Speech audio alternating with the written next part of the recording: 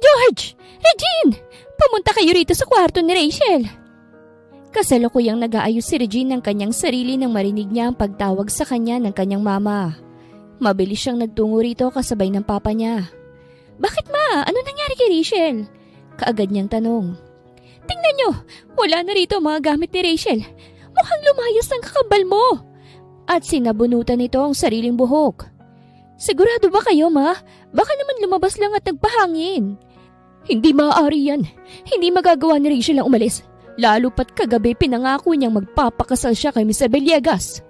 Tura naman ng papa niya. Ipinalibot ni Regine ang kanyang paningin sa loob ng kwarto ni Rachel. Tiningnan niya ang lagayan ng damit nito pero ni isa. Wala nang gamit doon. Hindi siya makapagsalita dahil mukhang tama nga ang hinala ng mama niya.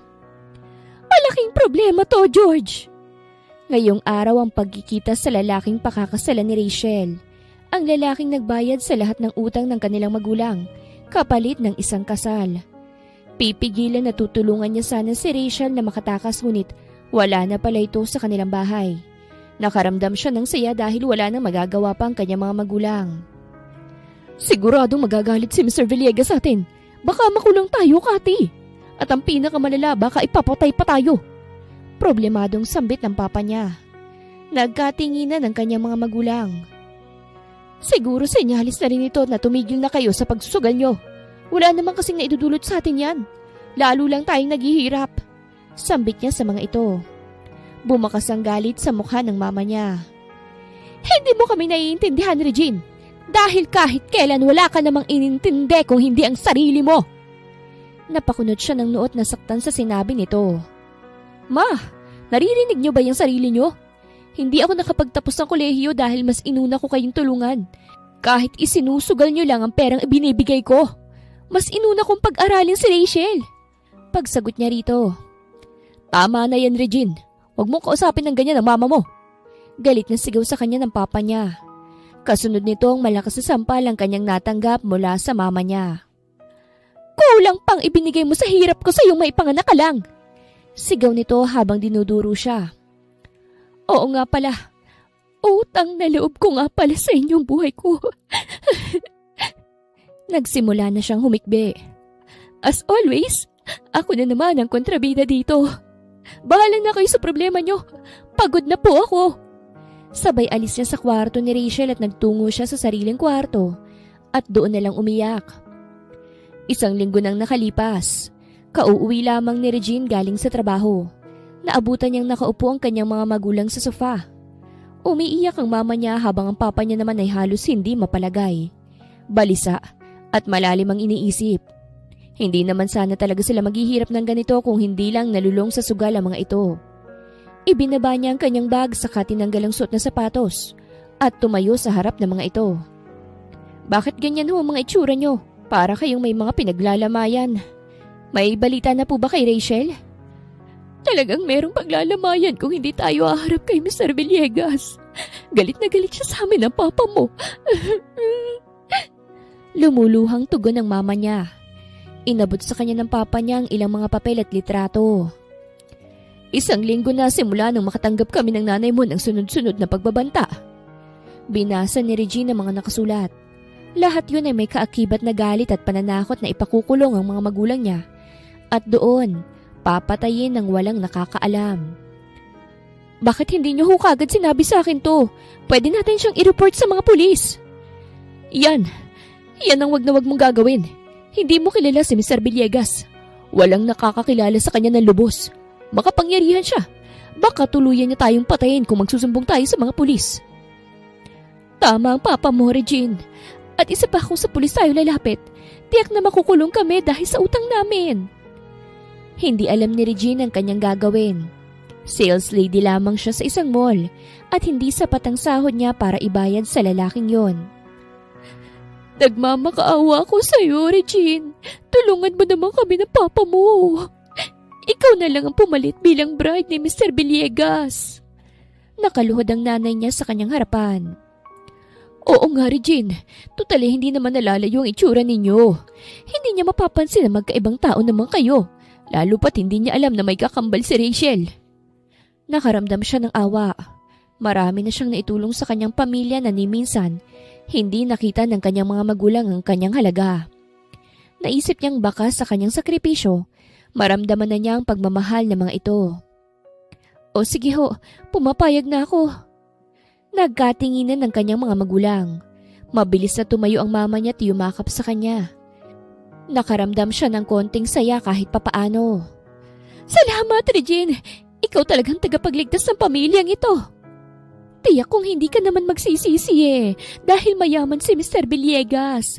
Kaya niyang ibigay lahat ng gusto mo at hindi mo na kailangan pang magtrabaho.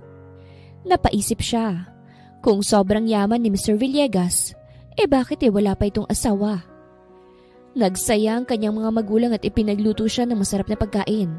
Matapos kumain, ay nakita niyang may sinusulat ang papa niya sa isang papel. Ano yung sinusulat mo, pa? Gusto sana niyang makita at mabasang nakasulat sa papel, ngunit kaagad dong tinago ng papa niya. Wala. Sinusulatan ko lang si Mr. Villegas at iabot ko ito sa tauhan niya bukas. Tinawag ko na rin na handa ka nang humarap bukas sa bukas din. Excited nitong tugon. Bukas kagad? Teka lang, bakit parang ang bilis naman po? Ano bang mabilis doon? Kung nandito si Rachel, dapat nung nakaraang linggo pa siya naroroon sa mansyon. Tugon ng mama niya. Pero hindi ako si Rachel. Hindi pa ako handa, ma. Magiging handa ka rin.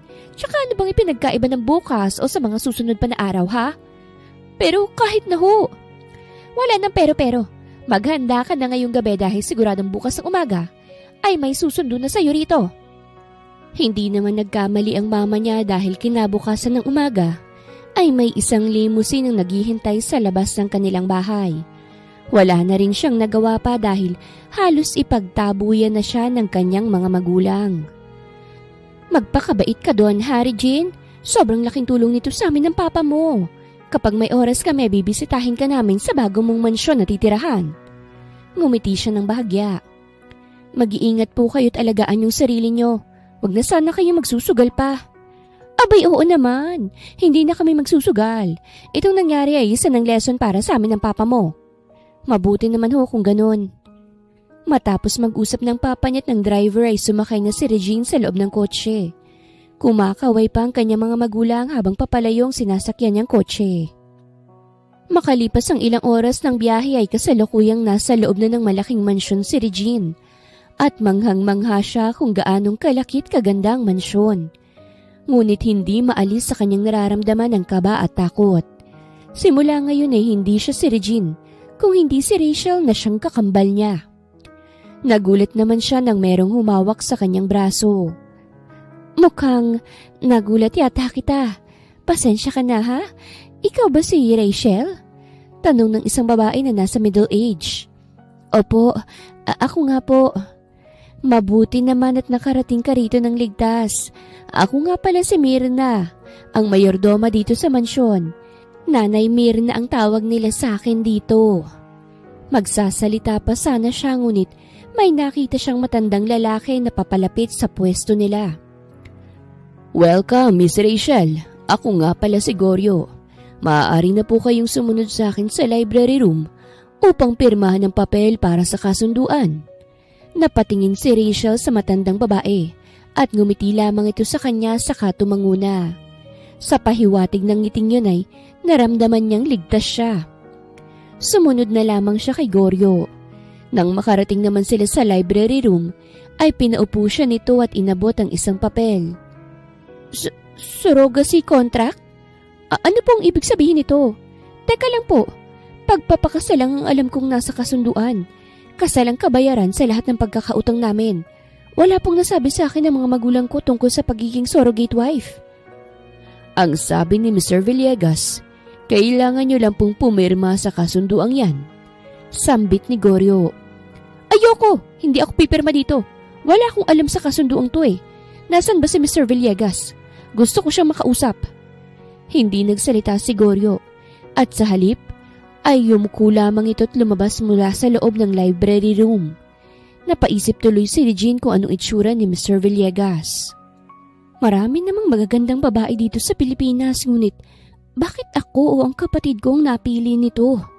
Siguro sobrang matanda at malaki ang tiyan nito, kaya hindi na nakapag-asawa. Pagkausap niya sa sarili, mabilis niyang nilukot ang papel. Isipin niya pa lang ang itsura nito ay para na siyang masusuka. Hindi siya papayag kahit buhay niya pang kapalit. Bigla ay napatingin siya sa pintuan nang maramdaman niyang may nakatayo sa kanyang likuran. Doon ay nakita niya ang isang gwapong lalaki na nagpupunas ng towel sa kanyang basang buhok habang nakatingin sa kanya. Mukhang kagagaling lamang nito sa shower room dahil basa pa rin ang matipuno nitong pangangatawan at tanging boxer shorts lamang ang suot. Seems like you don't want to sign the contract. Inagaw nitong papel na lukot sa kanya saka naglakad patungo sa upuan. Napalunok sa sariling laway si Regine. Pilit niyang inaayos ang sarili kahit pa parang naglalaway na siya sa kagwapuhan ng lalaking nasa harap niya ngayon. Sino ka? Apo ka ba ni Mr. Villegas? Ay hindi, wala nga pala siyang anak. O baka pamangkin ka niya? Pakisabi naman na hindi ko tatanggapin ang kontratang to. Narito lang ako para sa kasal at wala akong plano magbuntis. O kahit may mangyari man sa amin, hindi ko gugustuhin mabuntis. Napangisi naman ang lalaki. Ano ba sa tingin mong itsura ni Mr. Villegas? Bakit kung makapagsalita ka parang diring-diri ka sa kanya? Hindi mo pa naman siya nakikilala, right? Napayuko si Regine. Ganun ba kahalata ang boses niya at bakas dito ang pagkadisgusto kay Mr. Villegas? Sa talagang hindi niya naman talaga gusto ito. O kahit ang kasalang mangyayari. Pasensya na. Hindi ko lang talaga kasi alam ang tungkol sa pagiging surrogate wife. Hindi naman nasabi sa akin ng mga magulang kong tungkol rito. Hindi talaga nila sasabihin yun kasi hindi rin nila alam. At isa pa, tuso ang mga magulang mo. Kahit nabayaran ko ng lahat ng kanilang utang, nagawa pa nilang humingi ng 5 milyon para lang ituloy ang kasal nating dalawa. Teka, anong ibig mong sabihin nabayaran mo? Kung ganun ay, ikaw si Mr. Arnold Villegas? Ni hindi man lang nagdalawang isip ang mga magulang mo na maling babae ang ipinadala nila. Kaya wala kang karapatang humindi sa kagustuhan ko. Isang tawag ko lang sa mga pulis, tiyak na mabubulok kayo sa kulungan. Paano mo nalaman? Kung ganun ay, kilala mo rin ako? Tumayo si Arnold at umupo sa lamesa habang nakatitig sa mga mata ni Regine. Welcome to our mansion, soon to be Mrs. Regine Villegas. Don't be scared. Kailangan ko lang naman ang tagapagmana. Hindi ganun kadaling mangyari yun, Mr. Villegas. Arnold. Ano? Naguluhan si Regine dahil sa sinabi nito ang pangalan. Rule number 1, tawagin mo lang akong Arnold. Or much better, a sweet call sign para hindi maghinala mga tao sa paligid natin. Sa pangalan mo na lang, dahil hindi ako sanay sa mga sweet call sign. Nahihiya niyang tugon. Mabalik tayo. Laman sa laman at dugo sa dugo ang pinag-uusapan natin dito, kaya't hindi madaling nais mong mangyari. Napailing si Arnold. Hindi pa nga natin alam kung kaya mong magbuntis o mabubuntis ka. How about sign the contract first tapos malalaman natin kung kaya mo ba? Do you agree? Bigyan mo ko ng oras para mag-isip. Hindi mo ako pwedeng utusan, pero bibigyan kita ng 2 buwan. Sa loob ng 2 buwan, dapat buntis ka na. Masyado namang mabilis ang gusto mong mangyari. Dadalhin mo bang anak ko sa sinapupunan mo? O makukulong ka't ang buong pamilya mo? Ayaw naman niyang mangyari yun. Paanong paraan akong magbubuntis? Kinakabahan niyang tanong. That's the exciting part. Mabilis na lumapit sa kanya si Arnold. Of course, through intercourse, honey. Hindi! Hindi pwede. May iba pa namang paraan . May napanood ako noon sa pamamagitan ng IVF. That's not what I want to happen. I paid a lot of money to your parents. That's more than just getting a surrogate mother. Kailangan mong mag-effort para bayaran ako ng patas. Bumalik sa pagkakaupo si Arnold sa upuan at may kinuhang kopya ng kontrata. You will not lose here. In fact, when you get pregnant, you'll get 10 million. When you gave birth, you get 20 million. I have a son, you have the money. It's a win-win situation, honey. Kinikilabutan si Regine sa tuwing tinatawag siya ng ganon ni Arnold. And that's a lot of money. It's now or never. Regine did nothing but to sign the contract. You made the right decision. Tomorrow I'll take you to my company and introduce you as my fiancé. Arnold was about to leave but she immediately spoke. Teka, saan ako matutulog? Magkatabi ba tayo? Dahil kung oo, ayoko. You can sleep anywhere you want here. But when we're married, we'll share the same room. Hindi na nakapagsalita si Regine. Kahit sabihin niyang ayaw niya sa ideyang yun ay wala na siyang magagawa. Sa ngayon, gusto niya na munang magpahinga. Sa ngayon ay wala pa rin siyang planong magbuntis o mabuntis. Kahit pa hindi naman pala matandang uugod-ugod si Arnold. Pero kung iisipin ang perang makukuha niya, malaking halaga na yon para magsimula siya ng panibagong buhay ng mag-isa. Wala na sa kanyang isip ang kanyang mga magulang dahil talagang sinadya na siyang ibenta ng mga ito. Are you ready? Napatingin si Regine sa pintuan. Naroroon si Arnold, nakasandal sa hamban ng pinto habang nakatingin sa kanya. Ngayong araw ay ipakikilala siya ni Arnold sa mga tauhan nito sa kumpanya. Kasama raw ito sa parte ng pagpapanggap. Nalaman niyang sa nalalapit na wedding anniversary ng lolo't lola nito ay ia-announce ang kasal nilang dalawa. Kailangan lang naman ni Arnold ng legal na tagapagmana at gusto ng kanyang lolo at lola na ikasal muna siya bago magkaapo. Ngunit ang gusto lamang ni Arnold ay tagapagmana. Maghihiwalay na lamang sila pagkatapos niya itong bigyan ng anak. Oo, kahit medyo alangan ako sa suot ko, hindi ba masyadong magarbo ang ganitong kasuotan? Naiilang niyang tanong. No, it's not. You're beautiful anyways. Pero may kulang pa. Tugon ni Arnold. Lumapit si Arnold sa kanyang likuran kaya't napatingin muli si Regine sa malaking salamin upang hindi sila magkatitigan. Hindi siya makahinga ng maayos dahil sa pagkakalapit nilang dalawa. Ang bango nito at bagay na bagay ang suot na black suit. May kwintas itong inilabas at isinuot sa kanyang leeg. Pero ang mas ikinagulat niya nang maglabas ito ng isang maliit na kulay pulang kahon. Nang buksan to ni Arnold ay nakita niya ang isang diamond ring. Napaawang ang kanyang labit, walang sabing kinuha ni Arnold ang kanyang kaliwang kamay at sinuot to sa kanyang daliri. Wow! Ang ganda! It seems very expensive. There! Perfect! Sambit nito nang maisuot at sumakto ang singsing sa daliri niya. Salamat, Arnold. But is this necessary? Yes, to make them believe even more that I'm your fiancé. And before we go, I want to make sure you remember everything I said. Magtiwala ka sa akin dahil natatandaan kong lahat. Proud na tugon ni Regine. I can't deny that you're good at memorizing and based on the information my staff gathered, you're so smart. So why did you choose to work even though you know that your parents are just gambling with the money you give them? Shouldn't you just help yourself? Hindi kagad nakapagsalita si Regine. You don't need to answer that question. Let's go. Well, why are you in such a hurry to have an heir? May malubha ka bang sakit at malapit ka nang mamatay? Sa halip ay tanong ni Regine. Of course not. Where did you get that made-up story? If only I didn't want to. But my grandparents couldn't wait any longer. They want to see their future grandson grow up. That's why our engagement party will be held on my grandparents' wedding anniversary. Bakit hindi si Rachel ang napili mo? Bakit ako? You're handsome and rich. Any woman can be yours if you just want it. You don't need to know my answer to that. Let's go. I don't want to be late for work.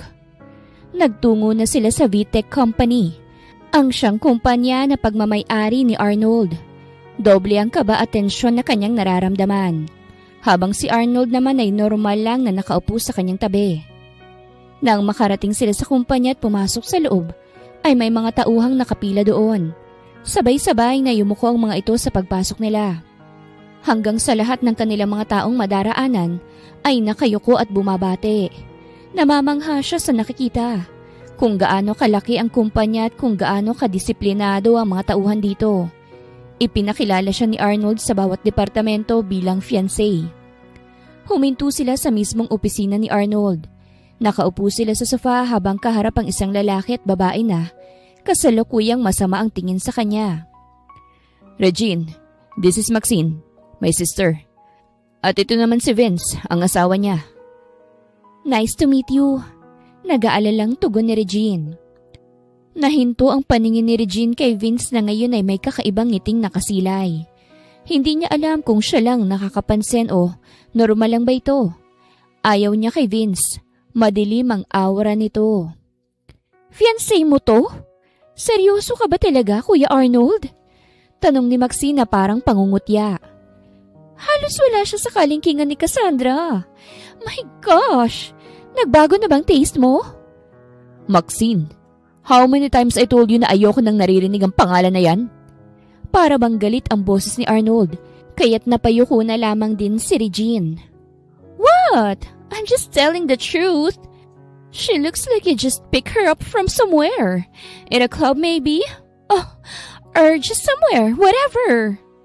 Regine chooses to calm herself down. Stop, honey. Looks like you're jealous. Ang dapat nga masaya ka dahil magkakaroon na ng asawa ang kapatid mo. At isa pa, maganda rin naman itong si Regine. At sexy pa. Yan ang taste ni Arnold. May kahulugang sambit nito habang nakatitig sa hita ni Regine. Masaya ako para sa iyo, Arnold. Biglang sigaw nito para hindi mapansin ni Arnold ang pagtitig nito sa kanyang hita. Whatever. Let's go, Vince! Tumayo na si Maxine at sumunod naman dito si Vince palabas ng opisina. Doon palang umayos ang kanyang paghinga. Para bang nabunutan siya ng tinik sa kanyang lalamunan. I'm really sorry. Maxine's behavior is really like that. Cursing and quarrelsome. Just tell me if she does something bad to you. Paghingi ng paumanhin ni Arnold. Sa tingin ko naman hindi niya ako kayang saktan. I know my sister. I know what she can do. Dito ka na lang muna. May importante akong meeting na dadaluhan. O sige, dito na lang ako maghihintay hanggang sa matapos ka. Ilang oras nang lumipas ngunit wala pa rin to. Nakakaramdam na siya ng pagkaboring kaya naman ay lihim siyang lumabas ng opisina. Wala rin doon ang sekretarya ni Arnold para bantayan siya. Nagtungo siya sa mga departamentong malapit lang sa opisina ni Arnold.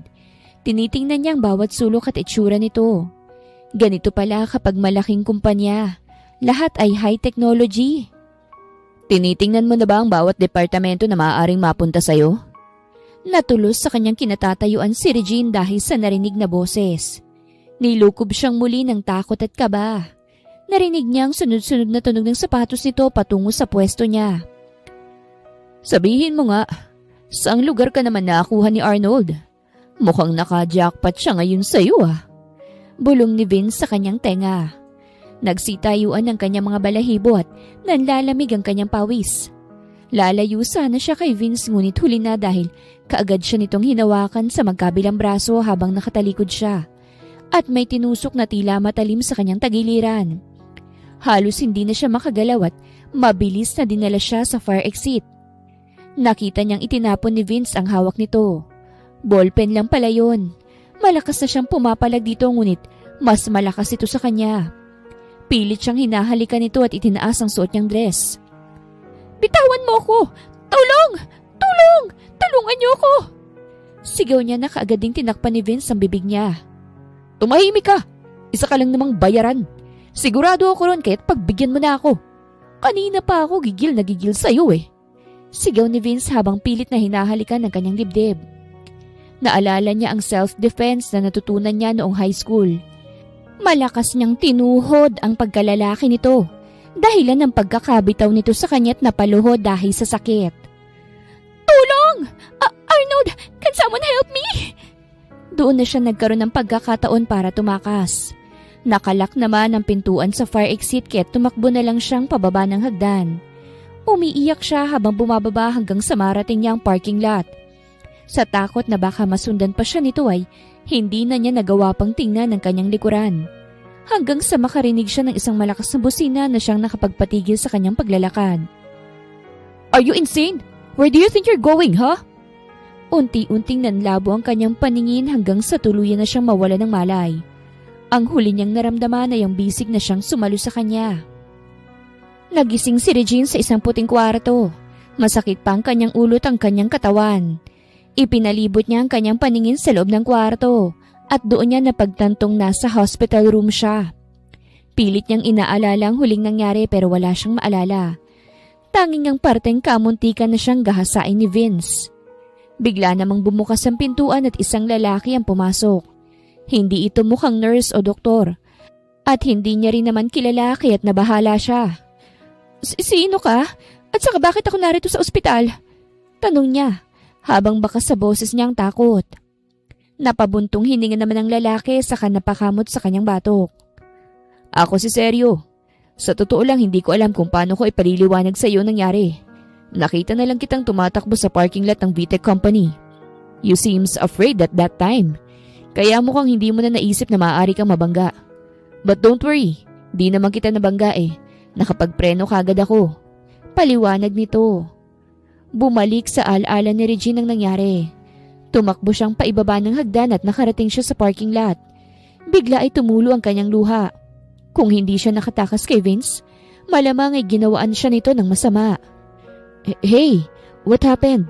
May masakit ba sa'yo? Gusto mo tumawag ako ng doktor? Nag-aalalang tanong ng lalaking tumulong sa kanya. Yan nga pala mga galos at pasa mo. Saan mo ba nakuha yan? Uuwi na ako. Gusto ko nang umuwi. Umiiyak na sambit ni Regine. Pwede ka naman nang umuwi. Maayos na raw ang kalagayan mo. Ang sabi ng doktor kailangan mo lang daw ng pahinga. Sa mga oras naman na nawawala si Regine sa kumpanya, ay sobra-sobra na ang pag-aalala ni Arnold. Nadagdagan pa ang kanyang emosyon ng galit nang malaman niyang wala man lang nakakita kay Regine. Pagkatapos ay shutdown pa ang lahat ng kanilang CCTV. Lahat kayo mananagot kung hindi niyo mahahanap ang fiancé ko. Mga wala kayong kwenta. Naturingan tayong kumpanya ng mga high technology pagkatapos ay CCTV pa lang natin palpak na. This is bullshit. Sabay hagis niya ng kanyang mga gamit na nasa lamesa at humarap sa asawa ng kanyang kapatid. Vince, hindi ba't hawak mong departamentong simula sa HR hanggang security? Why you didn't report this? Galit niyang tanong rito. I thought it was all good. This is the first time na kinakailangan nating tingnan ng lahat ng CCTV. Kaya ngayon ko palang din nalaman. At isa pa, baka gumala lang naman ang fiancé mo. Masyado ka naman yatang overacting, Arnold. Hindi nagustuhan ni Arnold ang isinagot nito sa kanya. You stupid! Sinuntok niya ng malakas si Vince at kaagad tong bumagsak sa sahig. Do you hear yourself? Nawawala ang fiancé ko. Pagkatapos sasabihin mong overreacting ako? Kung asawa mong mawala, hindi ka ba mag-aalala? Nakaduro niyang tanong dito habang pinupunasan nito ang pumutok na labi. Bakit mo sinuntok si Vince? Nababaliw ka na ba, kuya? Sigaw ni Maxine at kaagad na dinaluhaan ng asawa. Wala namang kasalanan si Vince kung saan mang lupalop nagpuntang babaeng yun. Sakto namang dumating ang mga pulis. Pulis? Talaga bang kailangan pa ng pulis? Hindi makapaniwalang tanong ni Maxine. This is not a serious matter, kuya. Shut up, Maxine. Take your husband away from here. Ayoko munang makitang pagmumukha niyong dalawa. Umalis kayong lahat dito sa opisina ko. Hindi makapagsalita si Maxine dahil ito ang unang beses na sinigawan siya ng kanyang kuya Arnold. Dahil lang sa babaeng yun ay nagkakaganito na ito ngayon. Saan niya ba napulot ang basurang yun? Inis na inakay na lamang niya si Vince saka lumabas sa opisina ni Arnold, kasabay ng ilan pang security. Humarap naman si Arnold sa mga pulis. Ipinaliwanag niya ang nangyari ngunit tumunog naman ang kanyang cellphone at nakita niyang tumatawag si Nanay Mira. Naisip niyang emergency yun kaya't kaagad niya itong sinagot. Hello Nanay Mirna, nandiyan na po ba si Regine? Kaagad niyang tanong. Oo Arnold, narito na si Regine Puro galos at pasa. Ayaw niyang sabihin ko sa iyong kalagayan niya pero nag-aalala lang talaga ako. Bilisan mat umuwi ka na rito. Napatiimbagang si Arnold. Iniisip niya kung ano nangyari kay Regine at kung bakit ganito ngayon ang kalagayan nito. Kung may tao mang dapat managot ay pananagutin niya. Pinaalis niya ng mga pulis at kaagad rin siyang nagmaneho patungo sa mansyon. Pagpasok pa lang ni Arnold sa mansyon ay sinalubong na kagad siya ni Goryo. Where's Regine? How is she? Kinakabahan niyang tanong. Nasa kwarto po siya at nagpapahinga. Dumating po siya rito nang hindi maayos ang kanyang kalagayan. At sa tingin ko ay galing siya sa ospital dahil nagamot na rin ang kanyang mga galos. Paliwanag ni Goryo. Hindi na nagsalita pa si Arnold at kaagad na lamang na nagtungo sa kwarto ni Regine. Kumatok siya rito ng 3 beses ngunit walang sumasagot. Tinatawag niya ang pangalan nito ngunit wala pa ring response. Halos dumagundong ang kanyang dibdib dahil sa takot na nadarama. "Nanay Mirna, akin na yung susi ng kwarto ni Regine!" Malakas niyang sigaw. Nataranta namang kinuha ng matandang babae ang susi sa cabinet at mabilis na iniabot kay Arnold. Nang mabuksan ni Arnold ang pinto ay kaagad na hinanap ng kanyang mga mata si Regine at natagpuan niya itong nakahiga sa kamat nakapikit. Mabilis niya itong nilapitan at hinawakan ng kamay. "What the? Sinong may gawa sa'yo nito?" Galit na tanong ni Arnold sa kanyang isipan. Nang maramdaman naman ni Regine na may nakahawak sa kanyang kamay, ay kaagad niyang idinilat ang kanyang mga mata. Gulat siyang makita si Arnold sa kanyang harapan at bakas sa mukha nito ang galit at pag-aalala. Napaupo siya at inagaw ang kanyang kamay dahil sa takot na baka pagalitan siya nito. Narito ka na pala," sambit niya. "Humiga ka lang," utos ni Arnold sa kanya saka bumalik siya sa pagkakahiga. "Saan ka nang galing, Regine? Sinong may gawa sa'yo nito?" Madilim ang aura ni Arnold at mas lalong nakaramdam ng takot si Regine. "I tried to check the CCTV footage sa kumpanya pero lahat yon shut down. Tell me what happened." Kung sasabihin niyang totoo, maaaring lumaki lang ang gulo. At isa pa, hindi siya sigurado kung maniniwala ba ito sa sasabihin niya. Dahil gaya ng sabi nito, shut down ang CCTV, kaya wala rin siyang maipapakitang ebidensya. "Naligaw lang ako sa kumpanya mo. Nadapa ako sa hagdan na binababaan ko. Yun pala patungo yun sa parking lot. Doon ako nawala ng malay at may tumulong sa akin upang dalhin ako sa ospital. Pasensya ka na ha. Kung naabala kita sa trabaho, hindi na maulit. Papangako." Arnold is not an idiot. Tinitigan niya ang mga galos at pasa ni Regine at kitang-kita niya rito na bakas yun ng kamay. Maaaring dahil sa mahigpit na pagkakahawak. Tinitigan ni Arnold sa mga mata si Regine at hindi ito makatingin na maayos sa kanya. Sapat na yun na dahilan para malaman niyang nagsisinungaling ito. "Sino ang taong gumawa sa'yo niyan?" Lakas loob na tanong ni Arnold. "Papatayin ko, Regine. Sabihin mo kung sino. Ako mismong papatay sa kanya." Umiigting ang panga ni Arnold at mas lalong nanaig ang galit sa kanya. Galit na galit siya dahil wala siyang nagawa para protektahan ito. Arnold! Umiiling si Regine. Hindi niya alam kung anong kanyang sasabihin. Bumalik sa kanya ang ginawa ni Vince sa kanya na halos damang-dama niya pa rin ang panghihipo nito sa kanyang hita. Napayakap na lamang siya kay Arnold habang umiiyak na siya namang ikinagulat nito. Unti-unting lumambot ang puso ni Arnold dahil sa pag-iyak ni Regine. Ganoon ang kanilang pwesto hanggang sa makatulog si Regine sa bisig niya. Maingat niya itong inihiga sa kama. Doon niya palang naramdaman na mainit ang temperatura nito at hinipo niya pati ang noo. "Shit, ang init mo. Nilalagnat ka, Regine," nasambit ni Arnold. "Goryo!" Pagtawag niya sa butler at kaagad naman tong dumating. "Tawagan mo si Dr. Galvez. Sabihin mong emergency to." Halos wala si Arnold sa kanyang sarili habang nasa opisina. Iniisip niya pa rin ang nangyari kay Regine. Ayaw naman itong magsalita at tila may kinatatakutan. "You know what? May babae akong tinulungan sa parking lot mo kahapon. Matapos yung meeting natin. Ang ganda niya, bro." Hindi kagad yun narinig ni Arnold kaya naman binato siya ni Simon ng ballpen. "Ano ka ba? Tulala ka naman eh. Sino na naman ba yung iniisip mo?" "Why? Ano nga ulit yung sinabi mo?" Parang nahimasmasang tanong ni Arnold. "Ang sabi ko may tinulungan ako magandang babae sa parking lot kahapon. Empleyado mo ba yun? Ngayon ko lang siya nakita eh." Doon tuluyang nakuha ni Simon ang atensyon ni Arnold. Napaupo siya ng maayos at humarap sa kaibigan. "Anong babae? Anong itsura niya?" "Maganda, matangkad at sexy. Panalo, bro." Hindi napigilan ni Arnold ang maisip na si Regine ang tinutukoy nito. Ngunit mas nanaig sa kanya ang inis dahil alam niyang naa-attract ang kaibigan niya kay Regine. For goodness sake, ayaw niyang magselos pero hindi niya mapigilan. She's wearing what color? Is she wearing also a wedding ring? Sigurado akong titingnan mo kung kasal na o hindi pa. Yun nga ang problema. May suot ng singsing. Mukhang binakura na. That means back off, Simon Jr. Sayang talaga. Nakakaawa nga siya kahapon. Mukhang may nangyaring hindi maganda. Galing yata siya sa fire exit. Fire exit? Wait, ikaw ang nagdala sa kanya sa ospital? Oo, bakit ba? Empleyado mo ba siya? She's my freaking fiancé, Simon. Damn it! No! Are you kidding me? Gulat na tanong ni Simon habang nakabalatay sa labi nitong nakakalokong ngiti. She is.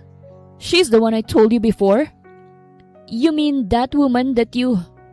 Naputol ang pagsasalita ni Simon nang magring ang cellphone nito. Oh dear, I gotta go, Arnold. Ngayong araw pala yung sinasabi ni Mom. Blind date. Hindi na nahintay ni Simon na magsalita pa si Arnold at kaagad na yung lumabas ng opisina.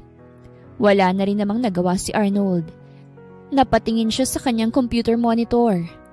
Naroroon ang isang audio spyware na siyang nakakonekta sa lahat ng computers na gamit ng kanyang mga empleyado. Ito ang unang pagkakataon na kinakailangan niya ng gamitin to. Wala na siyang choice dahil gusto niyang malaman kung may alam ba ang kanyang mga empleyado. Sakto namang pag-on niya ito ay boses kagad ni Vince ang narinig niya. She's freaking hot! Ang kinis ng balat niya. Sinasabi ko sa inyo talagang jackpot si Arnold sa babaeng yun.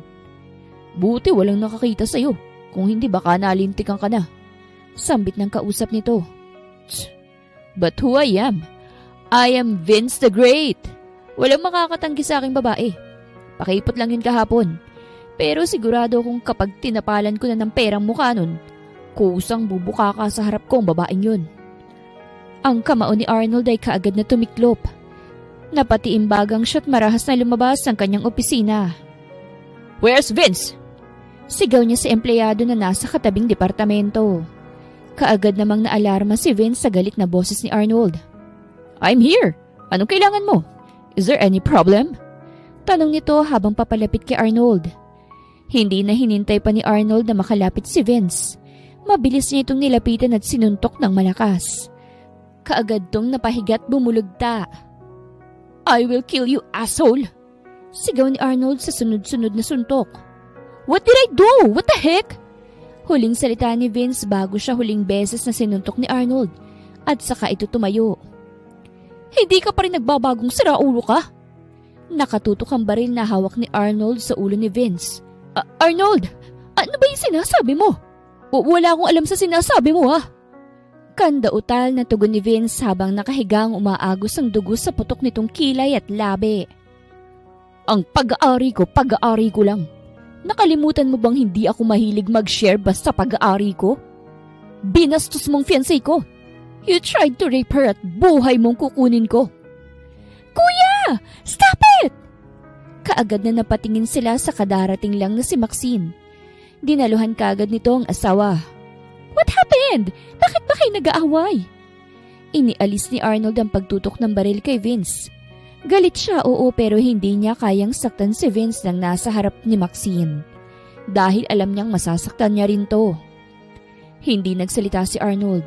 Hinintay niyang ito mismo magsabi kay Maxine ang katarantaduhang ginawa. Hindi ko naman alam, honey. Basta nalaman ako sinuntok ng kuya mo at sinasabi niyang munti ko na daw rape ng fiancé niya. Sa halip na tugon ni Vince. What? Anong rape? You mean that cheap girl yesterday?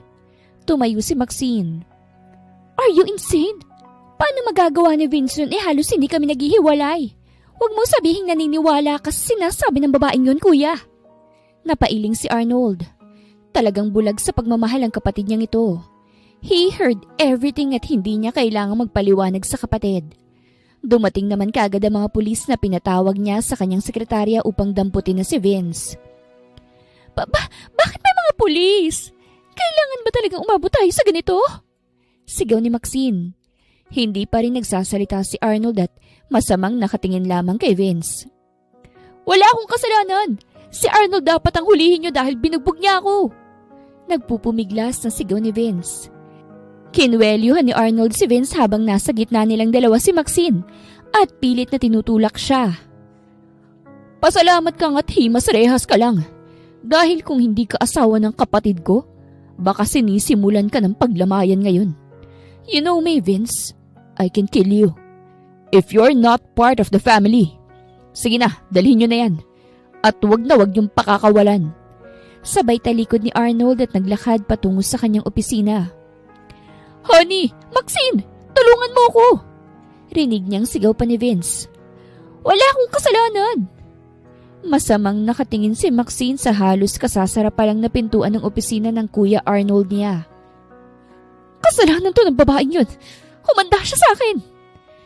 Imbis na dumiretso si Maxine sa presinto, ay dumiretso siya sa mansyon ng kuya niya. Alam niyang narito ito dahil nabanggit yun ni Arnold nang i-announce nito sa board kahapon ng nalalapit na kasal. Bumaba siya kagad ng kotse nang maiparada niya ito. Nagulat ang mga kasambahay nang makitang narito ang Ma'am Maxine nila. Kaagad na sinalubang to ni Nanay Mirna. Ma'am Maxine, pupunta po pala kayo, dapat ay nagsabi. Wala akong oras magpaliwanag sa'yo. Nasaan ang babaeng yon? Nasaan si Regine? Si Regine po? Abay, bakit ho? Regine? Malanding babae, nasan ka? Mula sa kitchen ay rinig na rinig ni Regine ang malakas na pagtawag sa kanya ng isang pamilyar na boses. Nasaan kang babae ka, ha? Nang magtama ang mga mata nila ni Maxine ay naguguluhan siya kung bakit ito galit na galit. Mabilis siya nitong sinugod at malakas na sinampal. Gulat siyang napahawak sa kanyang pisngit kaagad na hinilang buhok niya. Aray! Aray! Nasasaktan ako, Maxine! Ah! Kulang pa yan! Malandi ka! Kinaladkad siya nitong palabas ng mansyon. Walang nagawa si Nanay Mirna at iba pang mga katulong kung hindi ang manood. Dahil takot rin sila kay Maxine. Umiiyak na si Regine sa sakit. Hindi niya ito magawang labanan dahil inaalala niya ang sasabihin ni Arnold. Malandi ka? Sa tinagal-tagal ng panahon, never pang nag-away si Kuya at Vince. Dumating ka lang. Feeling entitled ka na. Kung totoo mang muntik ka ng ma-rape ni Vince, siguro inakit mo siya. Sigaw pa rin ni Maxine. Hindi yan totoo. Ma'am Maxine, sa tingin ko ay kailangan nyo nang itigil ang ginagawa nyo dahil pauwi na raw po si Sir Arnold. Boses yun ni Goryo. Huminto si Maxine at muli siyang sinampal at itinulak sa labas ng gitna ng mainit na kalsada at sinipa. Subukan mong magsumbong. Hindi lang yan ang matitikman mo. Sigaw ni Maxine bago ito nagmamadaling sumakay sa sariling kotse. Umiiyak si Regine at halos hindi makagalaw ng maayos. Kaagad siyang dinaluhan ni Nanay Mirna at Goryo. Ang ilang kasambahay ay inakay siyang papasok muli sa loob. Naku, puro sugat at pasaka na naman, iha. Para bang maiiyak na sambit ni Nanay Mirna. Ang totoo ay nagsinungaling ako na pauwi na si Sir Arnold dahil hindi ko na kayang makita kang sinasaktan. At isa pa'y kung wala kaming gagawin, tiyak kami rin ang mapapagalitan. Tugon ni Goryo. Masakit po talaga. Reklamo ni Regine habang ginagamot siya ni Nanay Mirna. Ang dami-dami mong sugat, Regine. Hindi mo ito maitatago kay Arnold. Hindi pa nga nawawalang ibang pasa mo, meron na naman. Tiyak na magagalit yon. Kinakabahang tugon nito habang patuloy pa rin sa pagdampi ng ointment sa kanyang mga sugat. Pero maiba ko, totoo ba ang sinabi ni Maxine? Nakamunti ka ng rape ni Vince. Yan bang araw na umuwi ka rito na puro pasa? Hindi kagad nakapagsalita si Regine. Huminto muna si Nanay Mirna sa kanyang ginagawa at hinawakan ang dalawang kamay ni Regine. Sinabi sa akin ni Arnold ang tungkol sa kasunduan niyo. Kaya't makakaasa kang mapagkakatiwalaan mo ako. Pakiramdam ko po, puro problemang dinadala ko kay Arnold. Nahihirapan po akong kilalanin siya. Hindi ko alam kung kaya kong gampanan ang gusto niya mangyari gaya ng nasa kasunduan namin.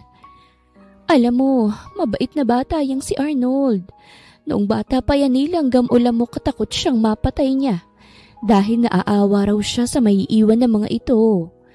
Ngunit noong magbinata pataas ng pataas ang expectation sa kanya ng kanyang mga magulang. Kaya ayun, naging istrikto at masungit. Mas lumala nga lang noong naging broken-hearted na. Broken-hearted po? Oo, nagkanobya yan si Ma'am Cassandra. Childhood sweetheart sila. Ang kaso umalis si Ma'am Cassandra dahil gusto nitong ipagpatuloy ang pagiging modelo sa ibang bansa. Napatango si Regine dahil naalala niya ang pangalang binanggit ni Maxine. Kung modelo nga ito, ay walang-wala siya sa kalingkingan nito. Tiyak na ito ang pinapangarap lahat ng kalalakihan. Halos 1 linggo siyang hindi nagpakita kay Arnold. Sa tuwing gusto siyang makita nito ay gumagawa siya ng dahilan o paraan para hindi ito maghinala. Ayaw niya nang palakihin pa ang gulong pakiramdam niya ay siyang may gawa. Kung totoong alam na ni Arnold ang nangyari sa kanya, ay sapat na yon upang hindi na lumaki pa. Nang halos pakiramdam niya ay wala nang sakit ang kanyang mga sugat at hindi na rin kita ang mga pasa niya, ay napagdesisyonan niyang magtungo sa mall na dating pinapasukan upang makita ang kaibigan niya rito. Kasama niya si Goryo dahil iyon ang bili ni Arnold na kung aalis man siya, wag siyang aalis ng mag-isa. Magandang araw mga viewers! Ang kwentong ito ay hatid ng Love Series TV. Salamat sa pakikinig! Ngunit hindi pa siya nakakalapit sa store na pinasukan niya noon ay nakita na niya roon ng isang pamilyar na babae. She was also wearing a familiar uniform. Uniform niya yon as sales lady here. Mabilis siyang naglakad patungo rito. Rachel? Rachel! Ikaw ba yan? Sigaw niya. Mabilis na napatingin sa kanyang babae at doon niya napagtantong si Rachel nga ito. Ate Regine! Kaagad tong naalarma at tumakbo palabas ng store. Rachel! Sandali lang! Kausapin mo ko!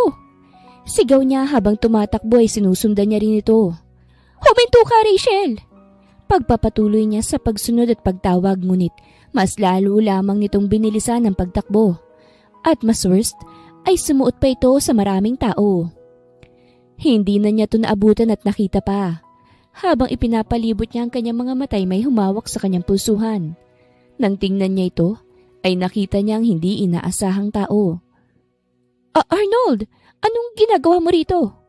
Yun ang salitang lumabas sa kanyang mga labi. I'm the owner of this mall. What do you expect me to do here? Ikaw ang may-ari nito?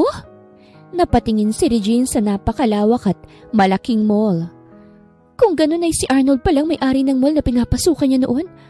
Wow! Bulalas niya sa kanyang isipan. Shocking? Oo. At saka ang akala ko kasi nasa opisina ka na. Inagaw ni Regine ang kanyang braso at muling ipinalibot ang kanyang paningin sa maraming tao. Nagbabaka sakali siyang makita niya pa si Rachel ngunit wala na ito. May hinahanap ka ba? Wala. Akala ko kasi may nakita akong kaibigan. Matagal na kasi kaming hindi nagkikita. Akala ko siya na. Kamukha lang pala. Alam nga ni Arnold na may kakambal siya. Pero ayaw niyang ipaalam na nakita niya si Rachel. Ayaw niyang mahanap to ni Arnold at ito naman ang pilitin sa gusto nitong mangyari. She wanted Rachel to have freedom to choose kung sinong lalaki ang gusto niyang pakasalan. The whole shopping hour ay kasama niya si Arnold. Ito ang pumipili sa mga gamit niya. Wala siyang kibot, hindi rin siya umaangal pa. After 1 week, ay ngayon lang din kasi sila nagkalapit ng ganito. Kumain muna sila sa restaurant bago umuwi ng mansyon. Kinagabihan, nang matapos maligo si Regine ay kasalukuyan niyang sinusuklay ang buhok niya nang may kumatok sa pinto ng kwarto niya. Hey, it's me. Can I come in? I want to talk to you. Napatigil si Regine sa kanyang ginagawa. Nakapantulog lamang siya at wala siyang underwear. Kaya't kagad na kinuha niya ang roba at sinuot yon. Kasunod nito ay pinagbuksan niya ng pinto si Arnold. Oh, lasing ka ba? Bakas kasi ang pamumula ng mukha ni Arnold. Hindi pa naman. Pumasok to't naupo sa kama niya. Uminom lang ako pangtanggal ng stress. Stress ka sa trabaho? Umupo si Regine sa upuan kaharap ng malaking salamin at ipinagpatuloy ang pagsusuklay. Tinitingnan lamang niya si Arnold sa reflection ng salamin. Sort of. Pero mas stress ako sa'yo. Sa atin. I'm not an idiot not to feel that you're always avoiding me. Honest na tugon ni Arnold na siyang hindi naman inaasahan ni Regine. Kitang-kita ni Regine mula sa refleksyon ng salamin na tumayo si Arnold at lumapit sa kanya.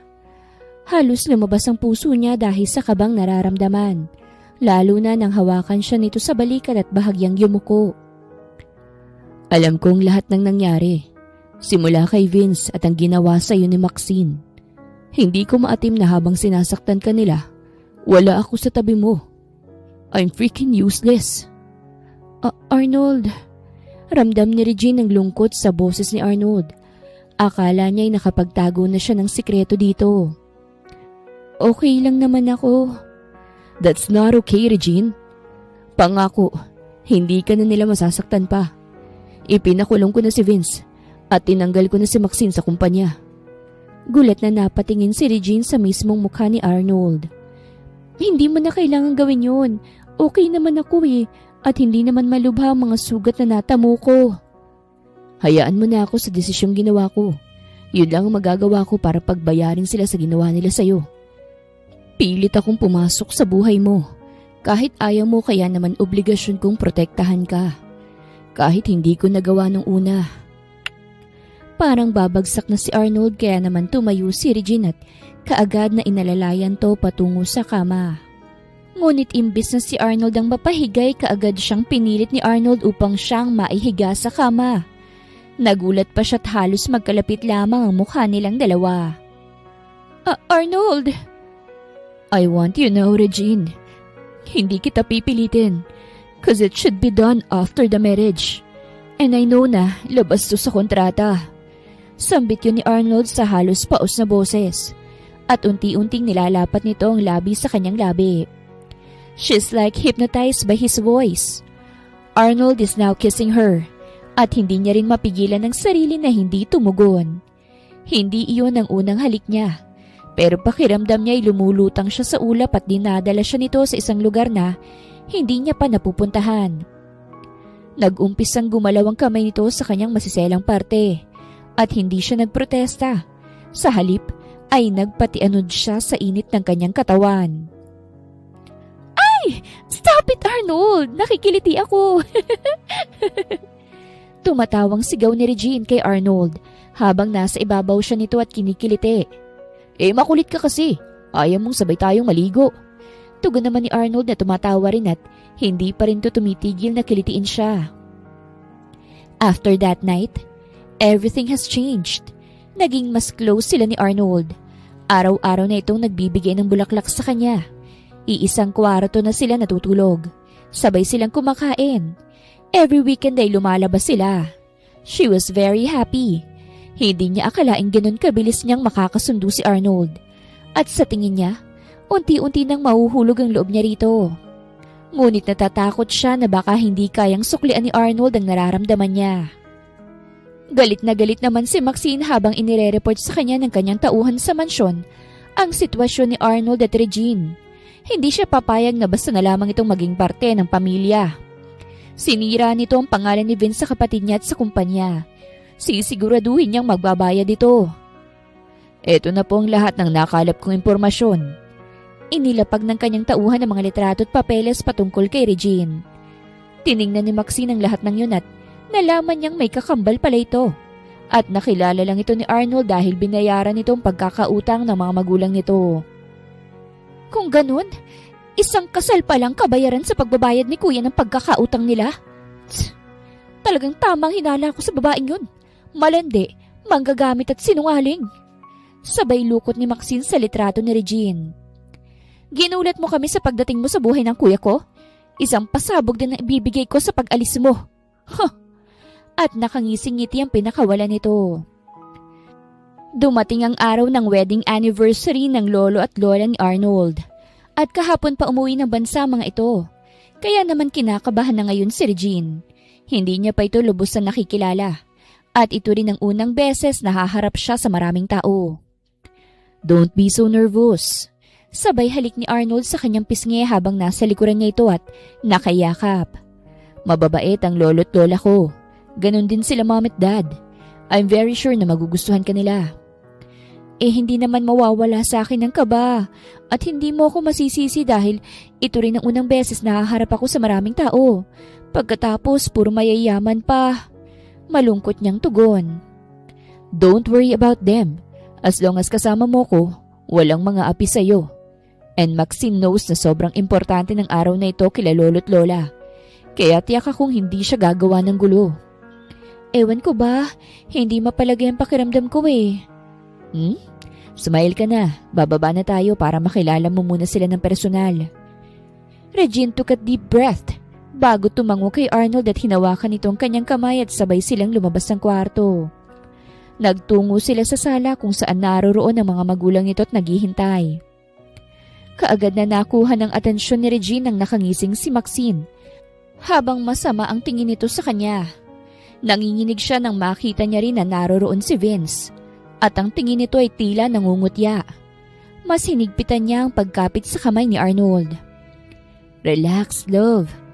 Nakangiting bulong ni Arnold kahit papano nawala ang kaba niya. There you are! I missed you so much, Apo! Yumakap kagad kay Arnold ang matandang babae. Eto na ba ang fiancé mo? Nakangiting tanong nito at pinasadahan siya ng tingin mula ulo hanggang paa. Magandang gabi po sa inyo. Ako po si Regine. Nagmano siya sa lolo at lola. You look decent naman. Kaya't kahit papano palagay na rin ang loob ko. Matanong ko lang, Iha, saang pamilya ka galing? She's nothing, Grandma. Rinig niyang bulong ni Maxine at napatingin sila sa pintuan nang dumating ang mga magulang ni Arnold. Mom! Dad! Yumakap kagad si Arnold sa mga magulang nito. Oh my gosh! Ang tagal niyo namang lumabas. Marami ng bisita! Tila ninenervyos sa sambit ng isang magandang babae. Tila ba, kaedad niya lamang ito. At kung tutuusin ay, mas maganda ba ito sa kanya? She looks like an actress. Oh son, eto na ba ang fiancé mo? Yes mom and dad, meet Regine po. Sana magustuhan niyo ang babaeng gusto kong pakasalan. Tugon ni Arnold at hinapit siya nito sa kanyang bewang. As long as hindi gagawa ng problema na siyang makakasira ng pamilya natin, ay ayos na ayos siya sa amin. Tugon ng daddy ni Arnold. Your dad is right. Pamilya ang pinakamahalaga sa lahat at dapat hindi nasisira ng kung sino lang. Dagdag pa ng lolo ni Arnold. Nakaramdam siya ng takot dahil alam niyang hindi ayos ang relasyon ngayon ni Maxine at Arnold at dahil yun sa kanya. Hindi niya tuloy matukoy kung bakit parang pakiramdam niya magkakalat lamang siya ngayong gabi. Let's go outside! Hurry up! I'm so excited to show you my present! Magiliw na sambit ni Maxine. Wala naman silang nagawa kung hindi ang lumabas na. At sobrang dami na ng tao. Sobrang daming mga palamuting diamante sa loob ng mansyon. Ang mga kagamitan na nakalabas ay puro ginto. Talagang sobrang yaman ng mga Villegas. At halos mapaawang ang labi niya sa nakikita. Maraming sumalubong sa kanila na mga kakilala ng pamilya ni Arnold. At ilang mga nagkikislapang mga kamera. Naupo siya sa isang upuan kung saan nakalagay ang pangalan nila ni Arnold. Hindi na niya inabala pa ito dahil abala ang mga ito sa bisita. Mamaya naman ay ipakikilala rin naman siya ng formal. Gusto niya munang i-relax ang sarili niya. Malapit ka na maging Villegas? Ang tanong, sigurado ka bang mangyayari yun? Napatingin si Regine sa pamilyar na boses at nakita niya rito si Maxine at umupo sa kaharap niyang upuan. I'll make you pay for what you did to us. Baka sa boses nito ang galit. Maxine, sorry hindi ko naman sinasadya na masira ang relasyon yun ng kuya mo Hindi ko alam na nalaman pala ni... No need to say sorry. Aalis ka rin naman ngayon dito. Sabay irap nito saka tumayo't iniwan siyang mag-isa. Doon na napansin ni Regine na may kahulugan ng lahat ng sinasabi nito. Nag-umpisa na ang performance sa mga kilalang singer. Kasunod nito ang mayayamang pamilya na nagpakita ng kanilang regalo at kahilingan para sa lolo at lola ni Arnold. Nang hawakan ni Arnold ang kanyang kamay ay yun ang hudyat na oras na nila para magtungo sa gitna at ipakilala siya sa lahat. Atin pong palakpakan si Mr. Arnold Villegas together with his fiancée Regine Inocencio. Sigaw ng MC.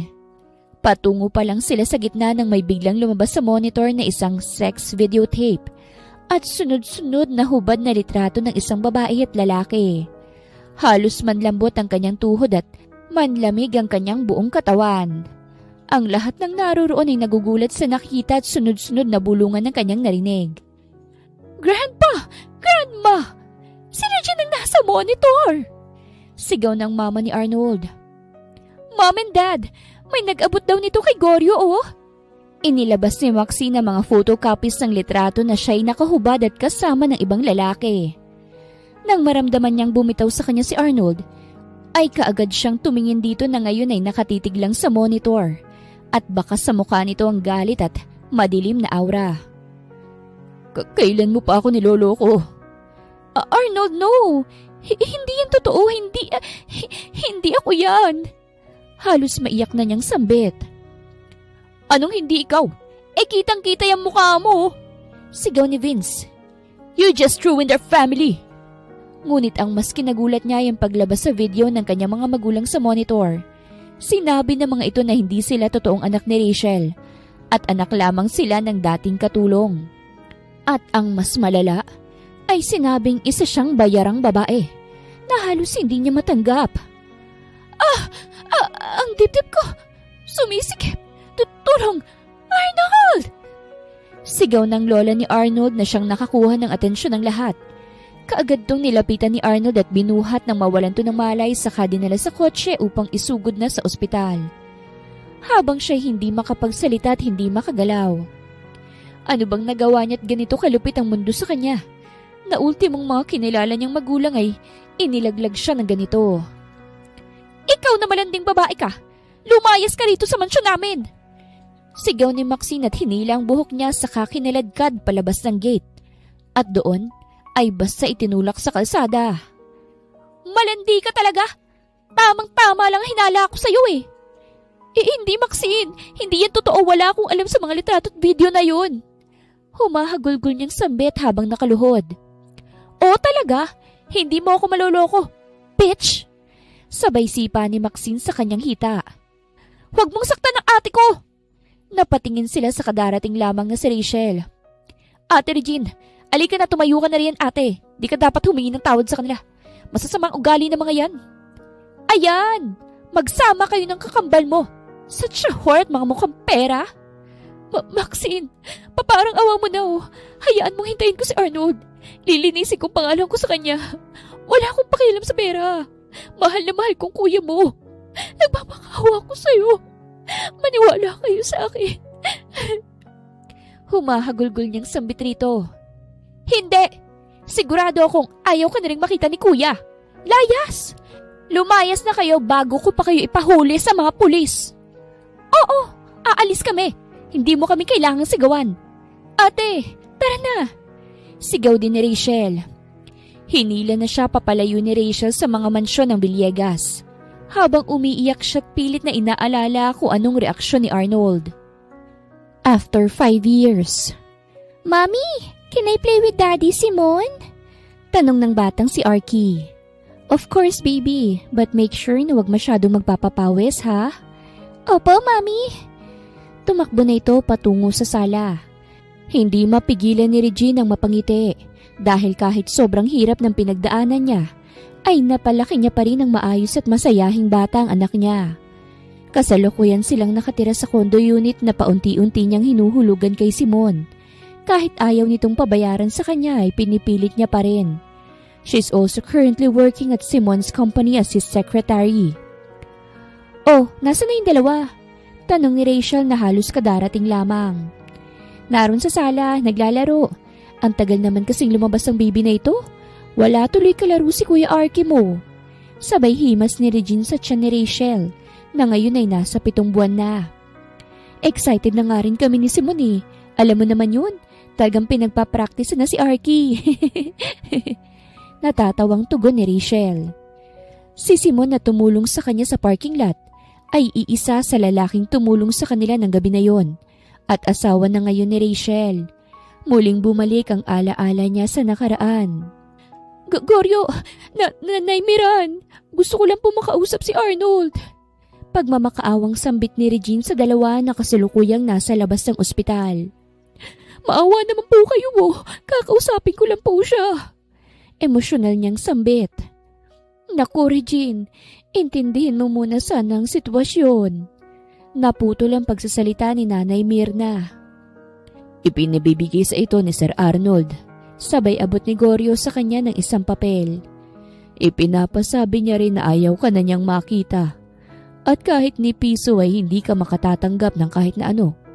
Kung pilit kang manggugulo ay kakasuhan ka niya at ipakukulong. Dugtong pa nito. Habang nagsasalita si Goryo, ay binabasa niyang nakalagay sa papel. Nakalagay doon na tapos na ang kanilang kontrata. Kung papaano't anong tingin sa kanya bilang isang bayarang babae. Kaya raw pala gano'n na lang siya kadaling nakuha ni Arnold dahil sanay na raw pala siya sa kama at kung ano-ano pang masasakit na salita. Halos manlambot ang kanyang tuhod at halos mawalan siya ng balanse. Nanlalabo na rin ang kanyang paningin. Mabuti na lamang at kaagad siyang naalalayan ng maayos ni Rachel. Ate, tara na! Sabi ko naman sa'yo hindi ka nakaharapin ng lalaking yun eh. Inamin na rin sa kanya ni Rachel na si Arnold ang tumulong sa kanya na makatakas. Pero hindi rin malinaw sa kanya kung bakit yun ginawa ni Arnold. Marami siyang tanong sa kanyang isipan na tanging si Arnold lamang ang makasasagot. Ngunit hindi na yun nangyari pa. At ang mas nakagigimbal na nalaman niya ay nang umalis to ng bansa. Kasabay nito nang malaman niyang buntis siya.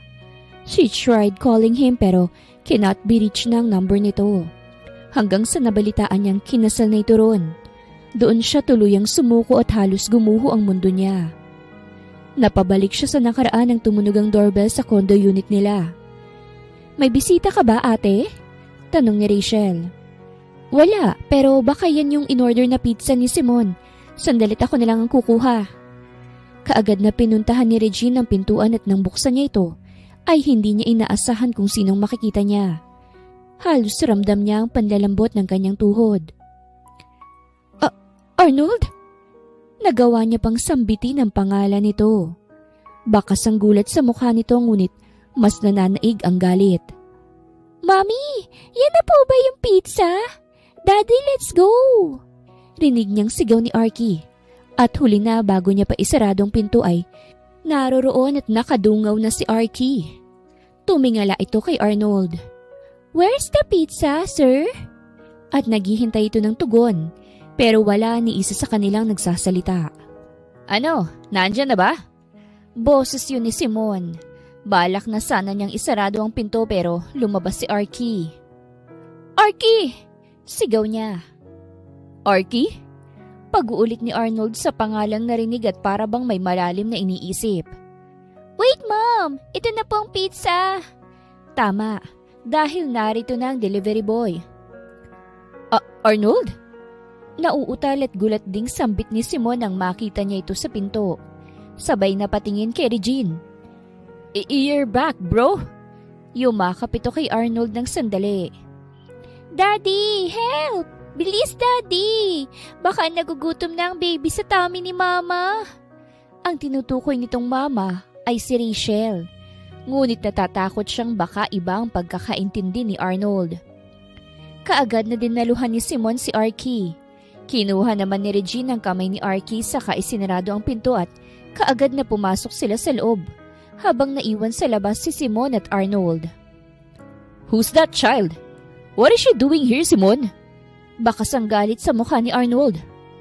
What? Is she your wife you're talking about in your interview? Oh, the heck. Don't tell me you're the man in that sex videotape with her. No way, I'm not. And don't talk to her like that. Wala ka na bang respeto? Tapos na kayo. At hindi maganda ang huling pagkikita nyo. Pero hindi naman ibig sabihin nun na may karapatan ka ng bastusin siya. Wala ka namang alam sa mga pinagdaanan niya. At ikaw meron? Bakit all these years hindi mo sinabi sa akin na magkasama pala kayo? Siraulo ka pala eh.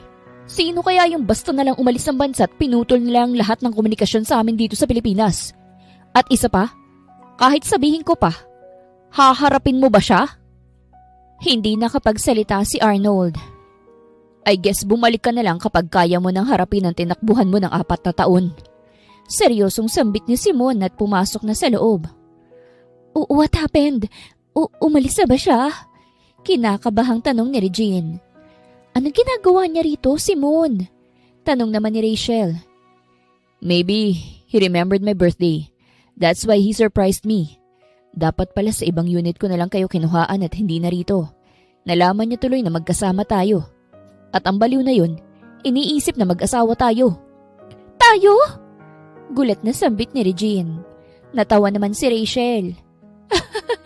Hayaan mo siyang mag-isip para lalong mabaliw. Regine, kilala ko si Arnold. Ang unang tanong niya ay kung sino si Arky. Sabay-sabay silang napatingin kay Arky na busy sa panonood ng cartoons habang kumakain ng pizza. Naniniwala ako sa lukso ng dugo. At alam kong hindi titigil si Arnold hanggat hindi na sasagot ang tanong sa isip niya. Walang pasok si Arkin sa school at nagkataon na araw yun ng check-up ni Rachel at kasama nito si Simon. Nanatili silang dalawa sa opisina ni Simon. Cancelled ang lahat ng meeting ni Simon. Kaya naman tanging pag-aayos lamang ng mga papers na kailangang pirmahan nito ang ginagawa ni Regine. Kilala na si Arky sa kumpanya bilang inaanak ni Simon at pamangkin. Kaya't wala siyang takot na hayaan tong gumala basta same floor pa rin ng opisina. Magiliw kasi ito. At tuwang-tuwa mga empleyado rito. Nasabi pa nga sa kanya na nakakawala ng pagod ang mga ngiti nito. Ang batang si Arky naman ay abalang naglalaro sa hallway. Nang may makita siyang lalaki na kalalabas lamang ang elevator at pamilyar sa kanyang pagtingin. Sir! Kaagad na napatingin si Arnold sa boses ng batang lalaki at kaagad na lumapit dito sa kaumupo upang magpantay sila. Hindi po ba kayo yung lalaking nagpunta sa kondo namin? Friend ka po ng Daddy Simon ko. Hindi alam ni Arnold ang isasagot. Hanggang dito ba naman ay narito ang bata? At hindi na siya magtataka kung narito rin si Regine. Hello, kiddo. Yes, friend ako ng daddy mo. Nandyan ba siya? Ay, wala po. Sinamahan si Mama magpa-check up. Check upin po ang baby namin. Magiliw na tugon nito. Hindi maintindihan ni Arnold kung ano bang dapat na maramdaman niya. Parang tinutusok ang puso niya at may bumabara sa lalamunan niya. Pero nandyan naman po ang mami ko sa loob ng opisina. Napakunot siya. Mommy mo? Who's your mom? Mukhang hindi sila nagkakaintindihan. My mom's name is Regine. What? Sinong mama mo? Mama Rachel, Daddy Simon's wife. Are you a reporter, sir? You're so daming tanong eh. Kumakamot na sa ulo ang bata. Ginulo niya ang buhok ng bata't napangiti. Hindi niya maintindihan kung bakit iba ang pakiramdam ng gawin niya yon. At doon niya palang na-realize ang sinabi nito. How old are you? If Simon is not your real dad, then who's your real daddy? Sunod-sunod niyang tanong. I'm 4. I don't know who's my real dad. Pero kapag 5 na ako, uuwi raw po ang daddy ko para makasama ako. Mommy tells me that he's working abroad. Arky, anak! It's lunchtime, kakain na tayo. Boses yun ni Regine. Bye po, sir. Tawag na po ako ni Mommy. Naiwang tulala si Arnold. His name is Arky. He's 4 years old. 5 years na simula nang iwan siya ni Regine. May posibilidad ba na anak ko si Arky? Lumabas muli si Arky at tumatakbo ito habang nakangiti. Kasunod nito si Regine na ngayon ay nakangiti rin habang nakatingin sa bata. Ngunit nawala ang ngiti nito nang makita siya. Hello, sir! Kakain po kami sa cafeteria. Sambit ni Arky at lumagpas na ito sa kanya. Anong ginagawa mo rito? Kinakabahang tanong ni Regine. I want to talk to you. Maotoridad niyang sambit. Talk about what? Tapos na tayo, Arnold. Tinapos mo na kung anong meron sa atin. Galit na tugon ni Regine. At balak niyang iwasan si Arnold ngunit kaagad nitong hinawakan ng kamay niya. Bitawan mo ko! Ma, andito na sila Daddy Simon.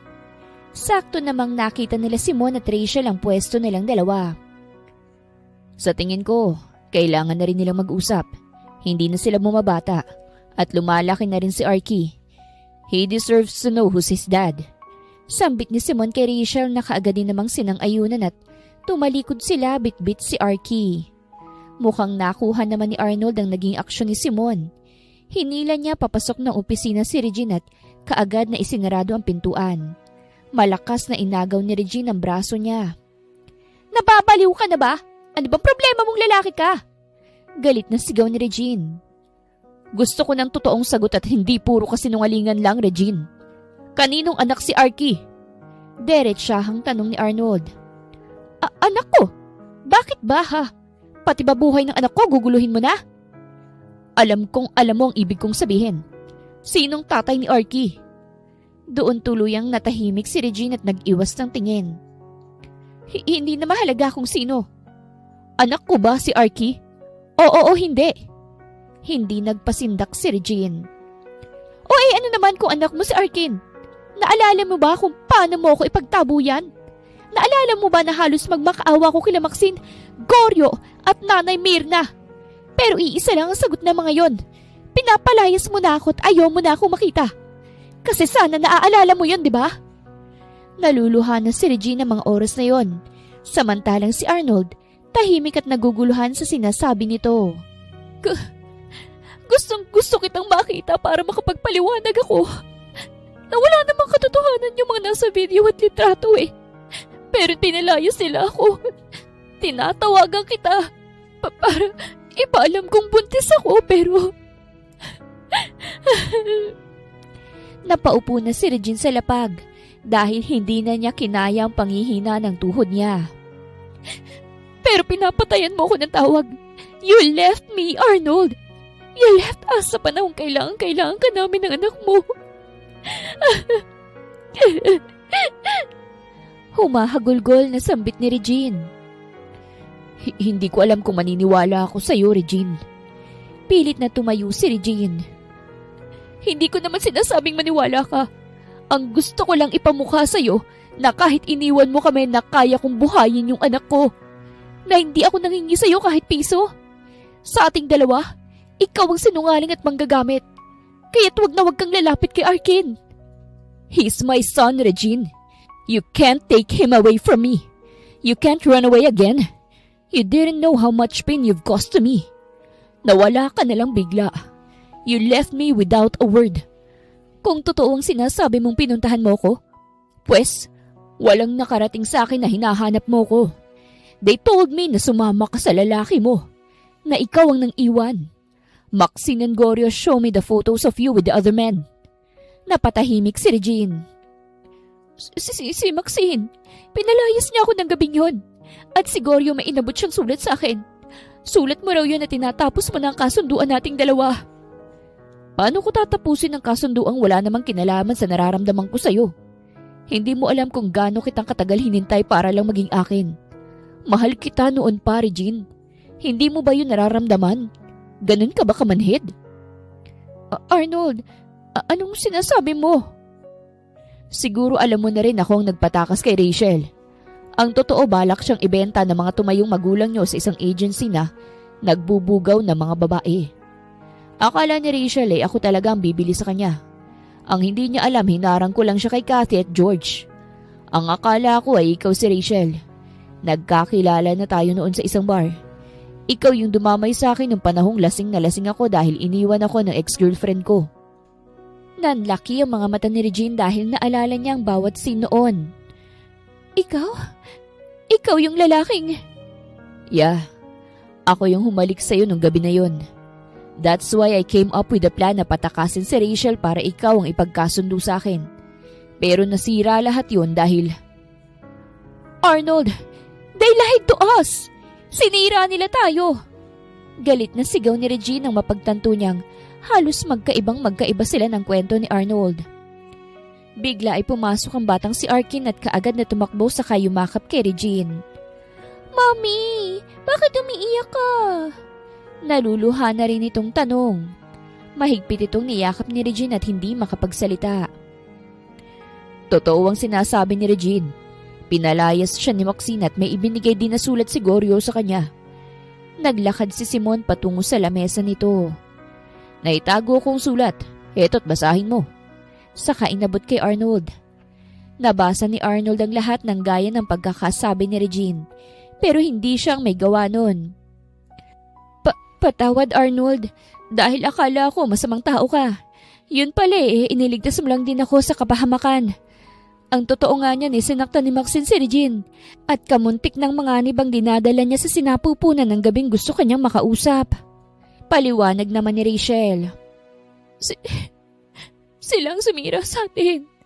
Hindi ako.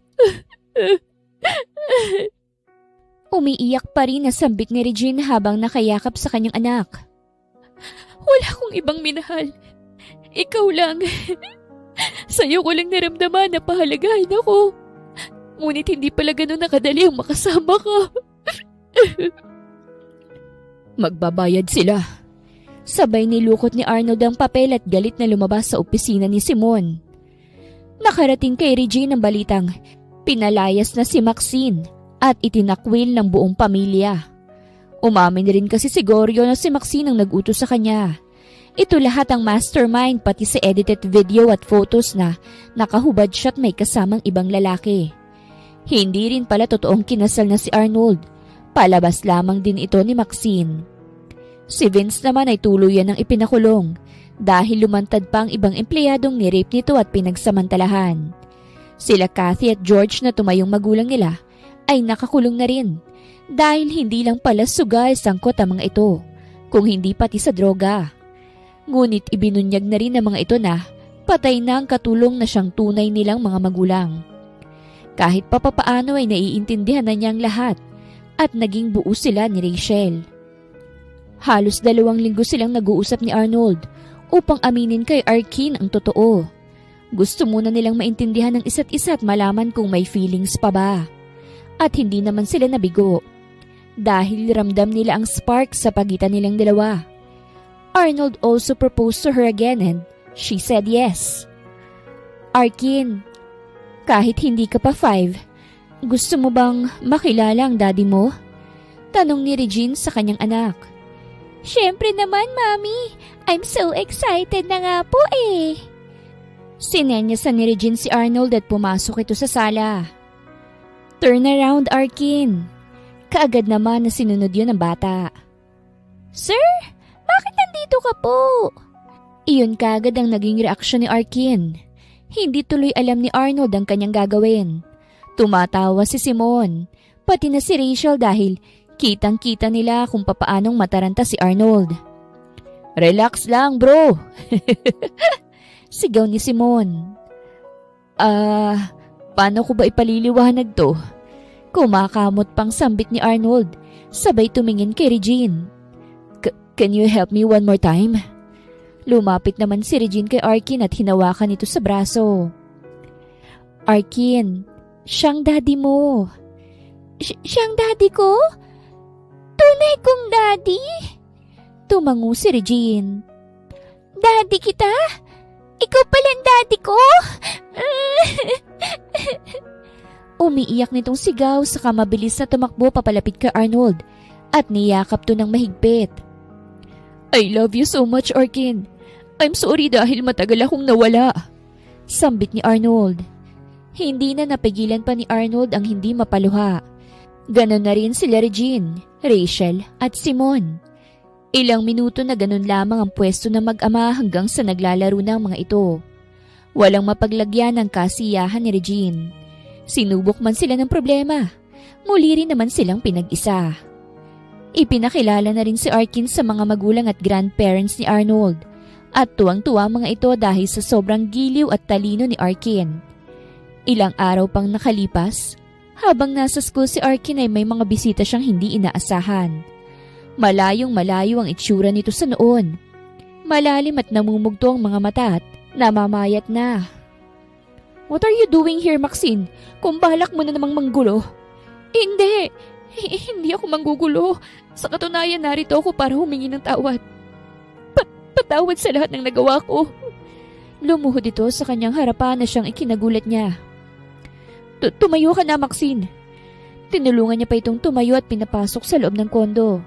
Sa sala nila ipinagpatuloy ang pag-uusap. Sapat na sa akin ang salitang sorry. Sobrang tagal na nang nangyari.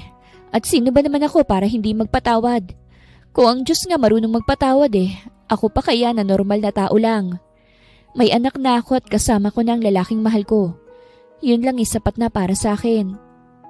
Salamat at napakabuti mo. Sana noon pa lang nakita ko ng kabutihan mo at hindi ako nabulag sa pagmamahal ko kay Vince. Ang hayop na yun nababagay lamang na mabulok sa kulungan. Tapos na ang mga nangyari. Sabay-sabay na tayong mag-move on at iwanan ang pangit na nakaraan. Sana makapunta ka sa kasal namin ni Arnold. Kung okay lang sa'yo. Hindi ko alam kung makakapunta ako Galit pa rin si Kuya Arnold at si Mom and Dad. Tatanggapin nila akong muli kapalit nito ang pagsistay ko sa England. They want me to take over the business there. Oh, that's good. In Arnold's case, mapapatawad ka rin naman niya. Huwag kang mag-alala, akong bahalang kumausap sa kanya. Salamat. Salamat talaga, Regine. Mommy, I'm home! Boses yun ni Arkin at kaagad na nagtungo sa sala.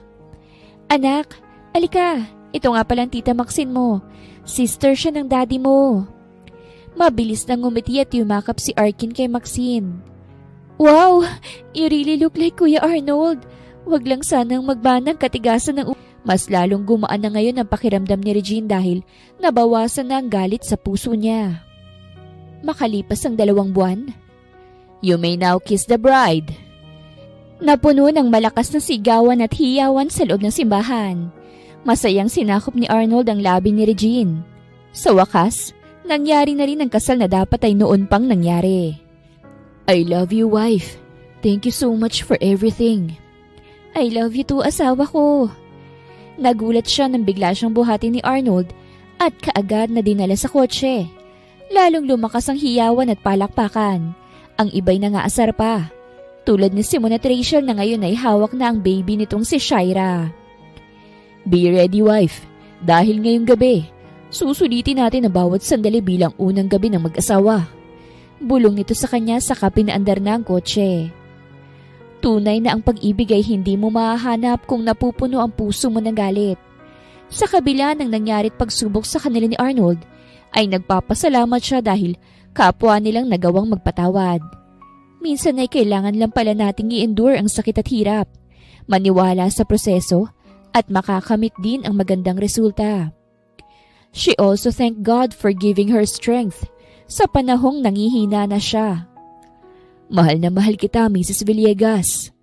Huling sambit ni Arnold bago nito ang kinin muli ang labi niya at pakubabawan. Buong gabi nilang pinagsaluhan ng malamig na gabi. At totoo ang sinasabi nitong susulitin nila ang mga oras sa unang gabi bilang Mr. and Mrs. Villegas. Wakas!